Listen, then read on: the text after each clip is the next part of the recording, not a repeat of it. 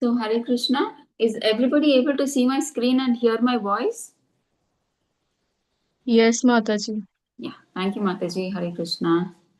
Yeah, so yesterday we stopped at 27, so I thought we'll just start from 27 before we enter. So,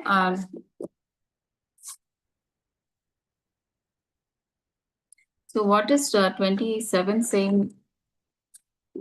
इच्छा द्वेष समुत्तेन द्वन्द्वमोहेन भारत सर्वभूतानि सम्मोहं सर्गे यान्ति परन्तप.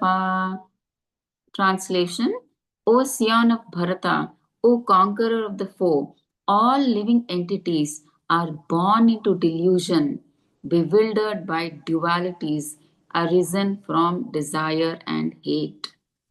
Okay, so the main reason the living entities are bound in this material world is because they are bewildered or confused by these dualities. See, the material world, it is mostly it is all it is built up of dualities. Like where there is pain, there is pleasure. Where there is happiness, there is sadness. Like it's where it is hot, there is cold. Okay, so where so we see all these dualities. Okay, where there's light there is darkness. Okay, so like this in the material world you see dualities. Okay, so let's see from the chart here, see how living entities are covered by Maya. So, how desiring to enjoy separate from Krishna are put under Maya or delusion. Okay, so all of us, once before coming to this material world, we were with Krishna in the spiritual world. But we all were thinking, why Krishna should always be the center of attraction? Why I should not be the enjoyer? Why Krishna only should be the enjoyer? Okay, and with that thought we tell Krishna, Krishna, I want to enjoy separately from you. Why you should only be the enjoyer always? So but Krishna tries to convince us saying that, see, you are created to serve me. You can no longer be happy by being the master. But still the living entity, he doesn't understand all this. He says, no, no, no, no, I want to be independent, I want to be enjoy like you, I want to be separate. And he says like this, he argues with Krishna like this. Then Krishna says, okay, so since you're not listening to me, you're not understanding, so I will create a separate place for you where you have your own independence. You can enjoy by yourself, you are the master. And he created this separate world, this material world, this Prakriti for us, which is under the guidance of Durga Devi or Maya Devi. Okay, so we are all put under Maya in the material world. So we are put under Maya, delusion. What is that delusion? So here we have pains and pleasures, both are there. Okay, so what see, separation from pure knowledge, thus covered by illusory energy. So actually, we all are souls, we have pure knowledge actually. But when we come into this material world, we are covered by Maya. Okay, so we become deluded, we become confused because of this layer of Maya. We get confused and we are put under dualities, like we discussed, right? So, what are the dualities that Krishna is telling? Icha, Dvesha. Okay, so effects of manifestation of illusory energy is what does Maya do? Duality of desire and hate. What is this desire? I will show you in the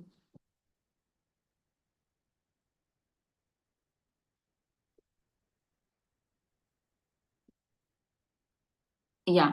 See, because of desire and hatred, these produce dvandva moha, so dualities. So, what is desire? Desire is like attachment to sense gratification. And what is hatred? Hatred is like when you don't want unpleasant situations in your life. See, we all don't want difficult situations for us to come in life, right? We only want happy situations, comfortable situations, and we want to enjoy sense gratification, all that. So these are the two dualities that Krishna is saying, desire and hatred. What is desire for? Attachment for sense gratification. And hatred is what? We don't want any unpleasant situation, difficult situations in our life. we always try to avoid difficult situations, and we always would desire for what? Or we get attached to sense gratification. We want to enjoy. Okay, so um, because of these two dualities, what happens? There arises confusion. Why this confusion? Because the mind cannot stay steady when it is constantly pulled between these two opposing forces. See, you get dvandva, right? You enjoy at the same, and after you enjoy, suddenly then you get some difficult situation. By the time you come out of that difficult situation, something else comes, some pleasure comes. Well, again you're enjoying, but you're enjoying, again some pain comes. So what happens is you are rotating in this cycle of pains, the dualities. Okay, you are under Maya because of these desire and hatred. Okay, so see, the mind naturally chases, see, attachment to, you get attached to this pleasure and fear of pain. The mind naturally chases what feels good. So we always like, the mind likes only good things, right? We don't want all, and runs away from what feels bad. We don't want to want pain in our life. We only want pleasure in our life. Okay, but material life is full of both. We should understand that, one after the other. Like seasons you have, right? We have, it's not always 12 months you don't have summer, 12 months you don't have winter. So it keeps changing, right? So material life is also like that. It is full of both. See, what, suppose what one desires today may cause pain tomorrow. See, the desire for something today, it may cause pain tomorrow, and something which is unpleasant today might bring you joy later. Okay, so like this, we keep fluctuating. Our life keeps fluctuating back and forth, and it causes instability in thinking. So the mind gets confused. So it's battling. By the time you enjoy, you get pain. By the time the pain is over, you get enjoyment. So by the time you get adjusted, it's like you are just rotating between it is before you adjust to that, again pain comes. Before you adjust to pain, again pleasure comes. So like that, you're back and forth, your mind gets confused. You're keep on rotating in this itself. Okay, and the temporary nature, see, everything in this material world is temporary, right? So as like that, so pleasure comes, it goes, it's temporary. It's not that you'll be happy always. Then pain comes, it's not, pain is permanent, pain goes, it is temporary. Okay, so pleasure is fleeting, and it is followed by pain because it's temporary. Again pain goes, then pleasure comes. Okay, but what we should learn to understand is, when pain comes, we should understand like it is a lesson for us. Okay, but most people expect, they want constant happiness, and they try to avoid discomfort. So, not realizing that both are part of life. So, we should try to, when difficult situation comes, we should be ready to face. Oh, what is Krishna trying to teach us from this lesson? Why did I get this situation? Is there something that I can learn from this? So, when we are set with that mindset, then we don't have any trouble. We are not frustrated, or we are not confused. Why we are confused? When our expectations are unmet. See, when that painful situation comes, we are not ready for that. Okay, so when the expectations are unmet, we get frustration, and then confusion arises. See, where we are in the, and we try to find solutions for that. So our whole material life, goes in this itself. So there is loss of spiritual focus. So where is the time for spirituality? So we are just rotating between the pleasures and pains, and how to come out of that confusion. Okay. So constant worrying about material opposites, I mean these dualities, makes one forget the deeper purpose of life. See, they get so immersed in these pleasures and pains. Okay, they forget spirituality. What is the purpose of human life? We got this human body so that we can go back to Godhead. We can get out of all these worries, pains, right? So, this human body is not meant for sense gratification. It is meant for doing tapasya, and do tapasya and get back to Godhead. Okay, so constant worrying about material opposite makes one forget the deeper purpose of life, the relation with the Supreme Lord. So we, instead of asking what is eternal and beneficial, the mind only focuses on these immediate results. So they're always like after sense gratification. So I want this, I want this, I want to make so much money, I want that land. This is my family, these are my children. They should get the best of school education, they should get the best of food, they should be the best in the society. So they're so immersed in all these, how I should do all this, and what I can do extra to, so that just immersed in just giving comforts to the body. So there's no question of that spiritual thought itself doesn't come inside their mind. See, instead of example here is given, instead of pursuing spiritual practice, one may be consumed by job stress, family quarrels, or health anxiety. So we are just stuck in these. Maybe there's some problem at your job place. You don't get a promotion. There is some competition, politics, that you are just immersed in that. Or at home you have some family quarrels, or you have some health anxieties. So your life is just fixed within these itself, within the material anxieties, the dualities. Okay, so you get stuck up and you don't even get the thought of spiritual thought at all. That, oh, actually I am eternal, I am spirit soul. I should try to get out of this material world, and I should get connected to the Lord. So we don't get all these thoughts. We are so immersed in all these daily activities. Okay, so because of which, what happens? The mind is confused.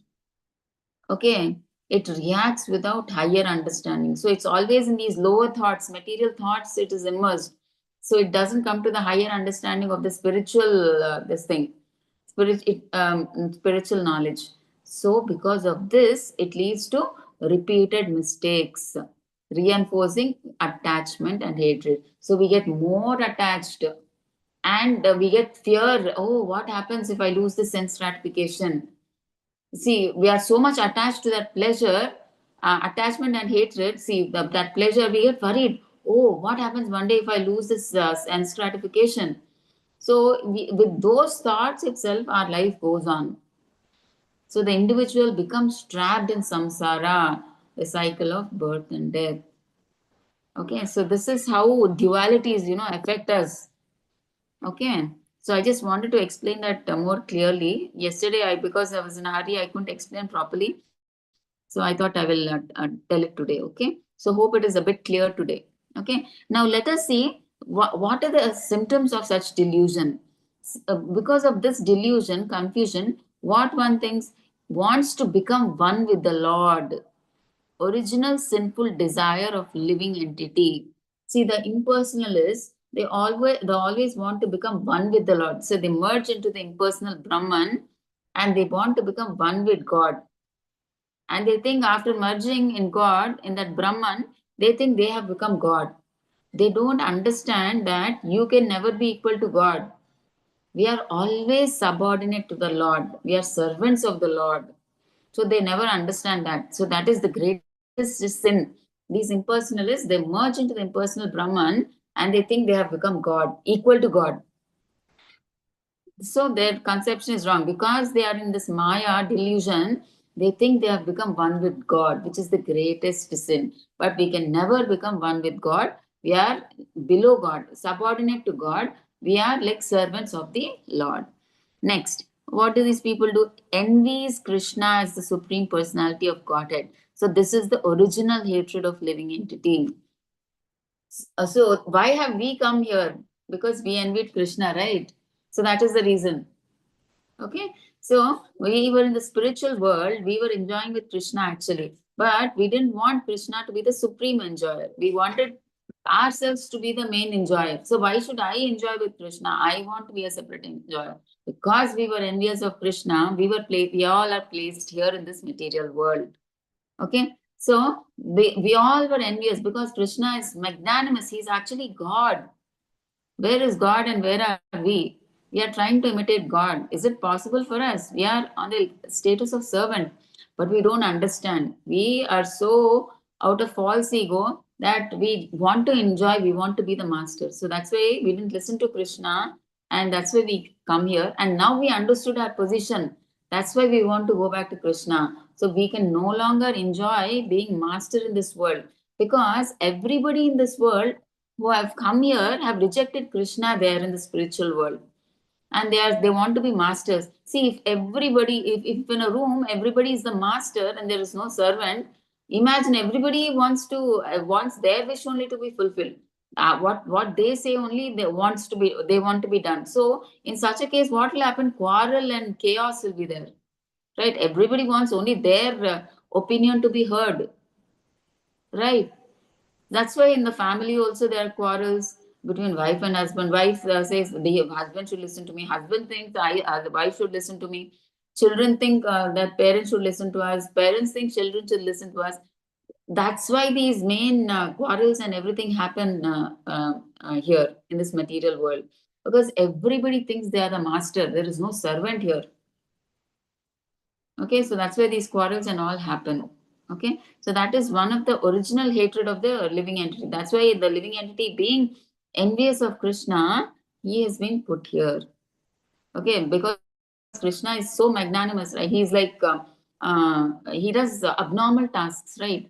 He is the controller, he's the sustainer, he is the maintainer, everything, right? And he's the destroyer, and he does many abnormal tasks. We see when Krishna comes to the material world also, he killed Putana when he was just 10 days old. Okay, and he lifted the Govardhan hill when he was 7 years old. So he did all these abnormal tasks because of which people were envious of him. Okay, so because of illusion, we think all these, because we are under Maya. See, when God is God, we are we, right? We are always subordinate. There is no question of envy actually, because Krishna is God. Okay, there's no point envying God. Okay, but we should understand our position. But when do we understand? When we remove that veil of Maya, then we understand that, oh, I'm actually created by God to satisfy Him. Okay, I'm actually was created to serve the Lord. So how can I be the master? Only when I serve the Lord, that is my swarupa. Then I can be happy. Okay, so whatever is our position, we are meant to be. If we are happy in our position, we are obviously happy. But since we were not happy with our position, that is the reason we have come here. We've been put here by Krishna to enjoy a so-called enjoyment. We think we are enjoying. If our enjoyment here in this material world is like a drop of water in the desert, can a drop of water satisfy or quench our thirst? No, right? So that is how that happiness itself, we think it is so much for us. But imagine the countless happiness that we get in the spiritual world. When we hear the stories in Srimad Bhagavatam of the gopis, gopas, and Mother Yashoda, Nanda Baba, we listen to all these precious leelas, how happy and blissful we feel just listening. Imagine when we go back to the spiritual world and we are with Krishna, Radharani, and all the gopas and gopis, and our gurus and everybody, how much blissful it will be over there. Just by listening itself to these pastimes, like Makhan Chor, Krishna does all these stealing the butter pastimes and everything. It's so, we get so happy when we listen to these pastimes. How many other times we listen? It's so nice, right? So, like that, okay? And then what do they think? These impersonalists think Supreme Personality of Godhead is created by material energy. So what do these people think, these impersonalists, that before creation, God is impersonal. He has no form. But when he wants to come to this material world, he takes a material form. That is what they think. Under the cover of Maya, they think that Krishna has taken a material form. So that is the reason why they don't believe in that Krishna is the Supreme Personality of Godhead. They don't think Krishna is transcendental. His form is Sachidananda. They don't realize that. They think because Krishna has come to this material world, he takes a material form, they think. Okay, because of this illusion, Maya, they think he is material now. So that is why they think, okay, that impersonal Brahman is greater. So the God is impersonal, and but when Krishna comes, he takes the material form. So the material form is not God. That is what they think. Because of the delusion or the Maya veil, we think like that. And of course, we saw manifestations of dualities and or delusions are dishonor, honor, good, bad, pleasure, pain.